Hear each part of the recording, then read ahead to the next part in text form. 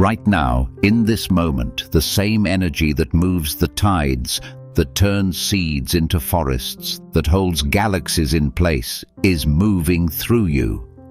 You can't feel it because the noise is too loud. The worry, the planning, the endless inner conversation about what was and what might be. But it's there. It has always been there. Buddhist teachers spent lifetimes pointing to this single truth, not because it's complicated, but because it's so simple that the busy mind keeps walking past it. You are not a separate person fighting a separate world. You are the universe experiencing itself through your particular form. And the moment that lands, really lands, the fighting stops. The grasping softens, and something you've been searching for your whole life is suddenly, quietly here. Welcome to mindfulness. Settle in. You're exactly where you're supposed to be. 1. You are not solid. You are frequency. Most people walk through life believing they are a fixed thing. A body, a name, a set of problems that belong to them. But here is what the Buddha pointed to thousands of years ago, and what quantum physicists now confirm with instruments and equations. You are not solid. You are vibrating energy, temporarily taking a human form. Every atom in your body is mostly empty space. What holds it together isn't matter, it's frequency, it's movement, it's energy in relationship with other energy. The chair you're sitting on, the air entering your lungs right now, the thoughts passing through your mind, all of it is the same fundamental substance, vibrating at different rates, appearing as different things. This isn't abstract.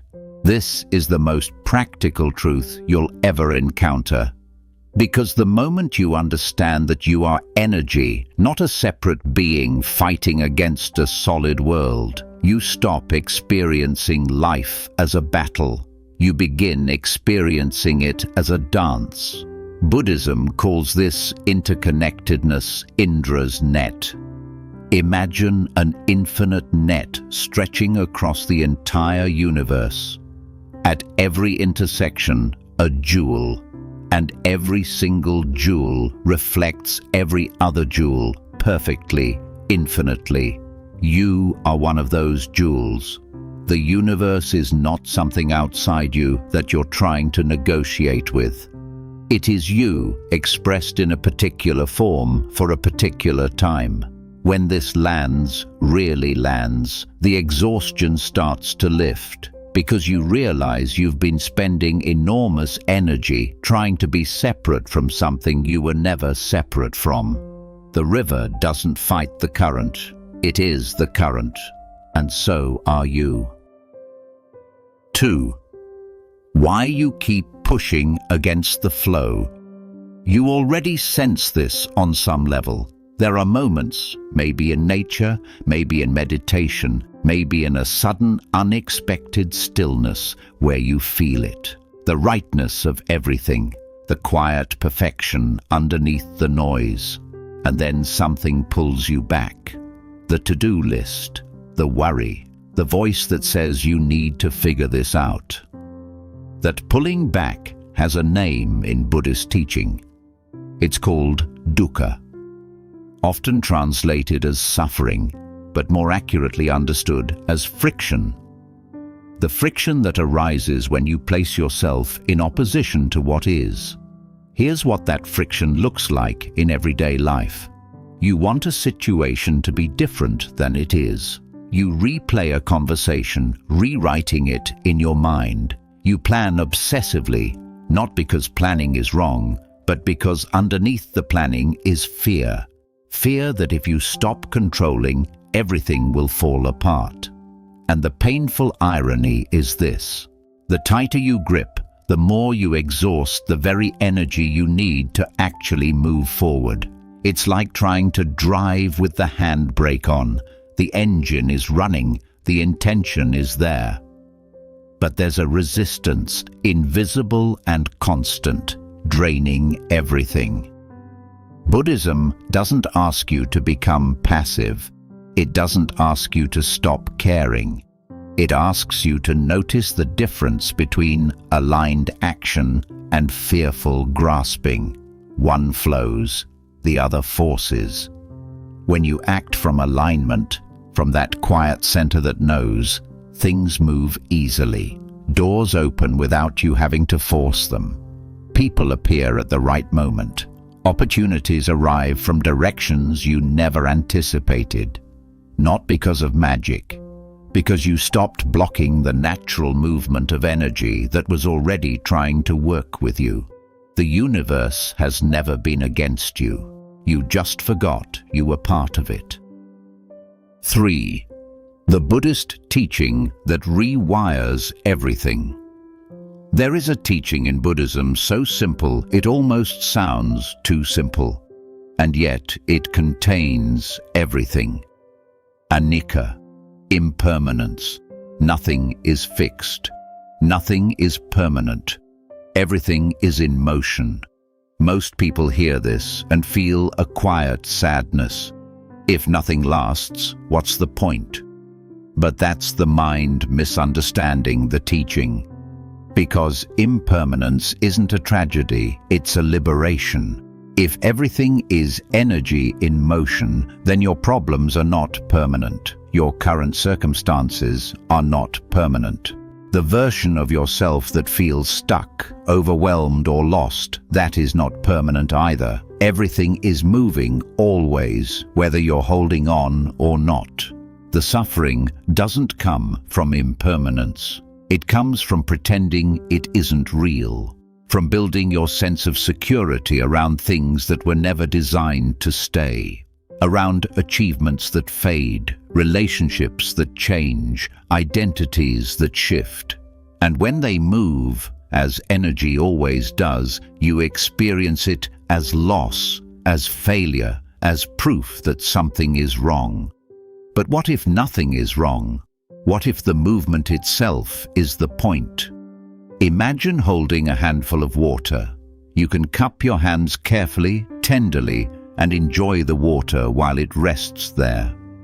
But the moment you clench your fists to keep it from leaving, it's already gone. Impermanence doesn't punish the open hand, it punishes the closed fist. This is what it means to let the universe take over. Not to give up, not to become indifferent, but to hold everything, your dreams, your relationships, your plans, with open hands. To engage fully, love fully, act fully, while remaining inwardly free from the desperate need for things to stay exactly as they are. That inner freedom is not emptiness. It is the most alive you will ever feel. 4. Energy follows attention. Choose wisely. Here is something the Buddha understood intuitively, and neuroscience confirms practically. Where your attention goes, your energy flows. What you consistently focus on, you amplify. What you amplify, you attract more of, not through mystical law, but through the very real mechanics of how a focused mind moves through the world. When you wake up and immediately begin cataloging what's wrong, what's missing, what might go wrong today, what someone did that hurt you, you are directing the universe's energy through a very narrow and painful lens. You're not seeing reality. You're creating a version of reality filtered through lack and threat. And then you wonder why the day feels heavy before it even begins. Buddhism teaches sammasankappa, right intention or right thought. Not forced positivity, not pretending, but the conscious choice to direct your awareness toward what is whole, what is possible, what is already present and good. Because that is also real. It is equally real. You are simply choosing which frequency to tune into. Think of your mind as a radio. The suffering frequency and the peace frequency are both broadcasting simultaneously all the time. Most people aren't consciously choosing a station, they're just receiving whatever signal is strongest, usually the one reinforced by habit, by fear, by years of unconscious tuning. The practice is simply this. Notice where your attention is resting right now.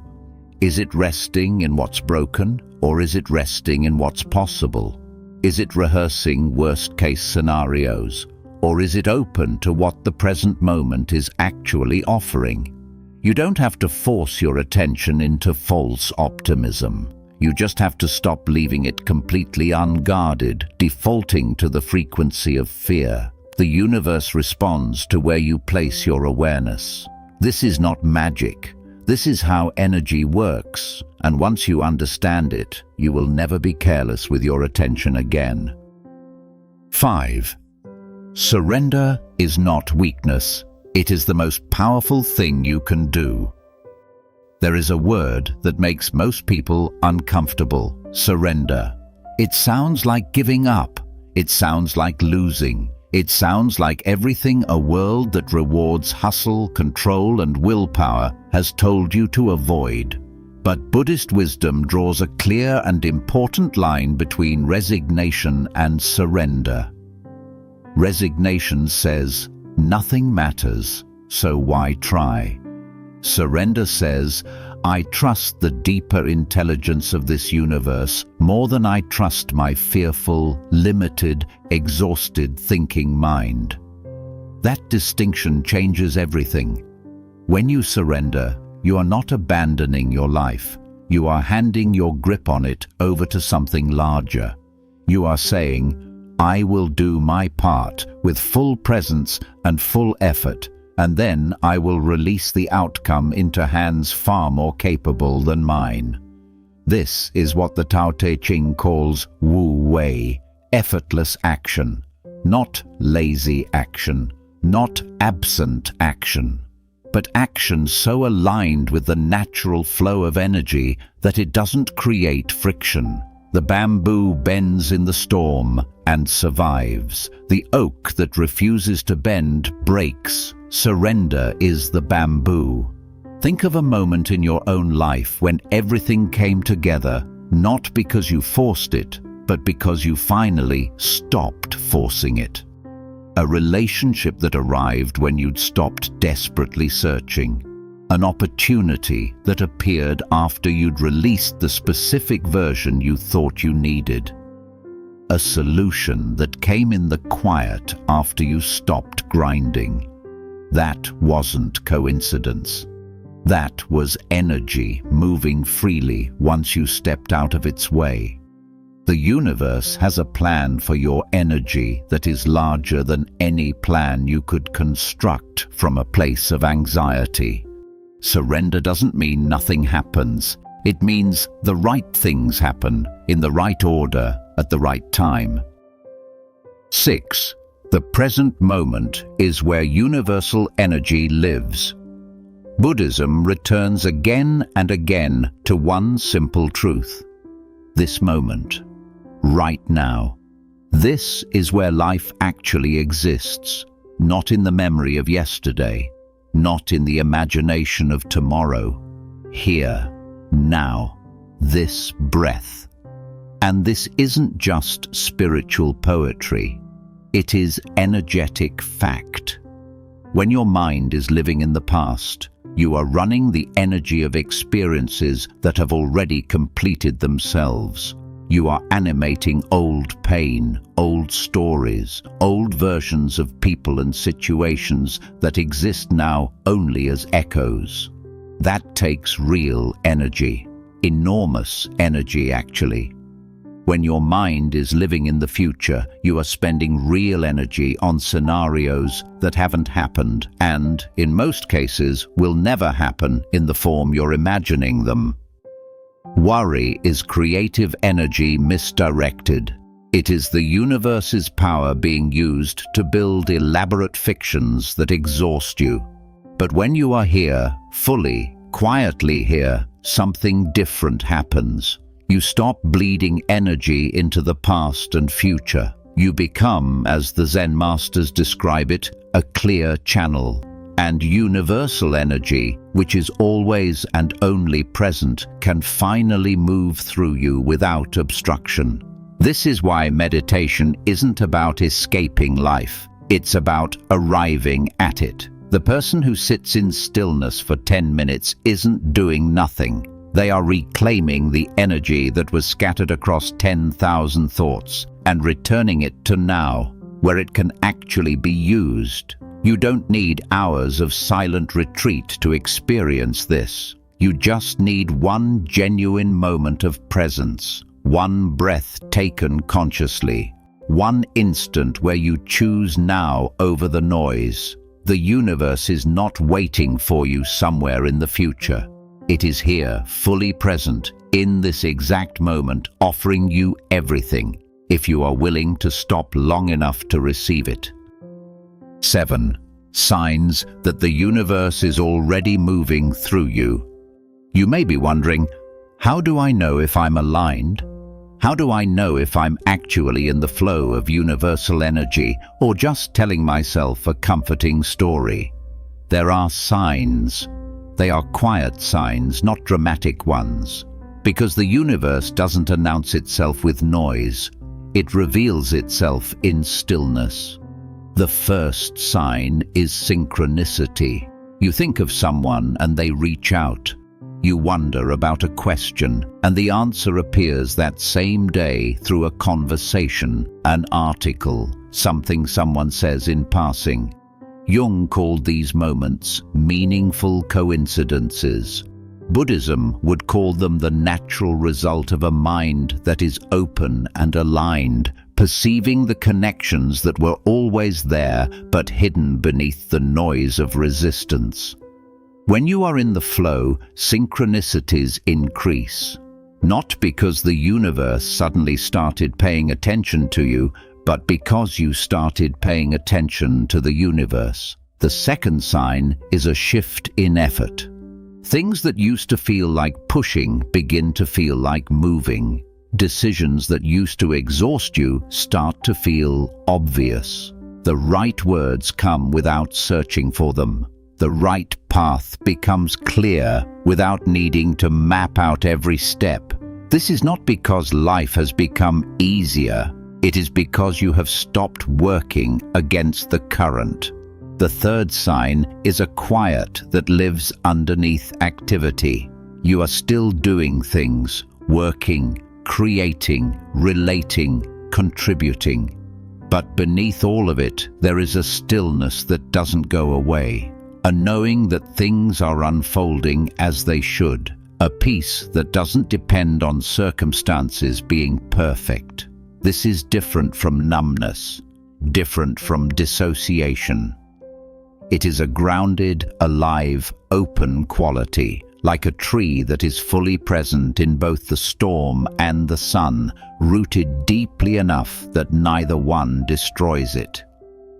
The fourth sign is that your needs begin to feel met in ways you didn't plan. Not all needs, not always in the way you expected, but the essential ones, the ones your soul actually requires. Connection, meaning, rest, clarity begin to arrive. Because when you stop running the energy of lack and desperation, you stop repelling the very things you need. And the fifth, and perhaps most important sign, is this. You begin to feel grateful for things that haven't happened yet. Not as a technique, not as forced positivity, but as a genuine recognition that the energy moving through your life is benevolent, that you are held by something far larger than your fear, that everything arriving, including the difficult things, is part of a movement towards something you cannot yet fully see, but can already, quietly, feel. These signs don't appear because you've mastered something. They appear because you've released something. The moment you loosen your grip on how things have to be, the universe floods the space you've created with exactly what needs to be there. Trust what you cannot yet explain. It is already working. 8. How to actually let the universe take over, starting today. Everything you've heard so far may resonate deeply, but you might be asking the most important question: how? Not philosophically, not abstractly, but practically, in your actual life, with your actual responsibilities, your actual fears, your actual mind that doesn't stop talking. How do you do this? Here is what it looks like. Not as a rigid practice, but as a way of moving through your day. The first shift is in the morning. Before you reach for your phone, before you begin planning and organizing and reacting, take 3 conscious breaths. Feel the energy of your body before the noise of the world enters. This is not wasted time. This is you setting your frequency before the day sets it for you. Buddhism speaks of beginner's mind, approaching each day as if for the first time, without the weight of yesterday's story. Those 3 breaths are how you access that. The second shift is in noticing resistance. Throughout your day, you will feel moments of tightening, a conversation that frustrates you, a plan that doesn't go as expected, a feeling of anxiety about what's coming. When you notice that tightening, don't push through it and don't collapse into it. Simply acknowledge it. There is resistance here. Name it without judgment, because the moment you name it, you have created space between you and it. And in that space, you have a choice the contracted version of you didn't have. The third shift is in releasing outcomes. This is the hardest one for most people because it is so countercultural. You've been taught that caring about something means controlling it, but Buddhist wisdom teaches the opposite. True care is full engagement with open hands. Do the work. Do it with your whole heart. And then, and this is the practice, release your attachment to exactly how it has to turn out. Trust that the universe is working with your effort, not against it, and that the outcome it delivers may be better than the one your anxious mind was planning for. The fourth shift is in how you respond to difficulty. When something hard arrives, and it will, instead of immediately asking, "Why is this happening to me?" try asking, "What is this energy moving me toward?" This is not passive acceptance of harm. It is an intelligent, spiritually grounded question that opens you to the possibility that even difficulty is part of the flow, that even pain carries direction. The lotus grows from the mud. In Buddhism, this is not a metaphor. It is a description of how energy works. Beauty, wisdom, and transformation don't come from perfect conditions. They come from the willingness to let the difficult soil of your life become the ground for something new. The fifth shift is in your relationship with silence. Give yourself at least one moment of genuine silence each day, not the silence of distraction or exhaustion, but chosen, conscious stillness. Sit with it. Let the thoughts come and go without following them. You are not trying to stop the mind. You are practicing being the space in which the mind moves. And in that space, the universe communicates, not in words, but in a felt sense of direction, rightness, and peace. Over days, then weeks, then months of these small shifts, something accumulates. You begin to move differently through your life, not because everything outside has changed, but because something inside has settled. The anxious grasping softens, the need to control loosens.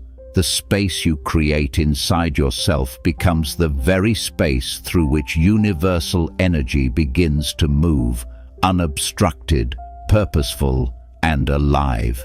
You are not separate from the universe trying to get its attention.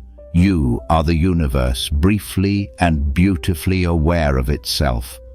And when you live from that understanding, even imperfectly, even with days where you forget, everything is different. Life stops being something that happens to you. It becomes something that moves through you. And that difference is the whole journey. Everything is energy. You are energy. And the universe has never stopped moving through you. You simply forgot to stop resisting it. The silence, the flow, the peace you've been looking for was never somewhere else. It's been here, underneath every moment, waiting for you to arrive. You don't have to figure it all out. You don't have to force anything. Just breathe, open, trust. The universe already knows the way. Your only job is to stop blocking it and let it take you home.